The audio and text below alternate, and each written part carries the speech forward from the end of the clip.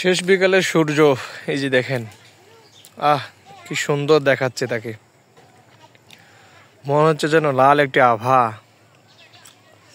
গ্রামীণ দৃশ্য দেখতে দেখতে অনেক সুন্দর। বাড়ির পাশে এই যে একটা পুকুর,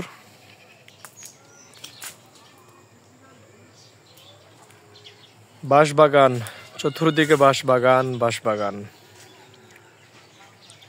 এটা হচ্ছে বাড়ির পিছনের দৃশ্যের এরিয়া।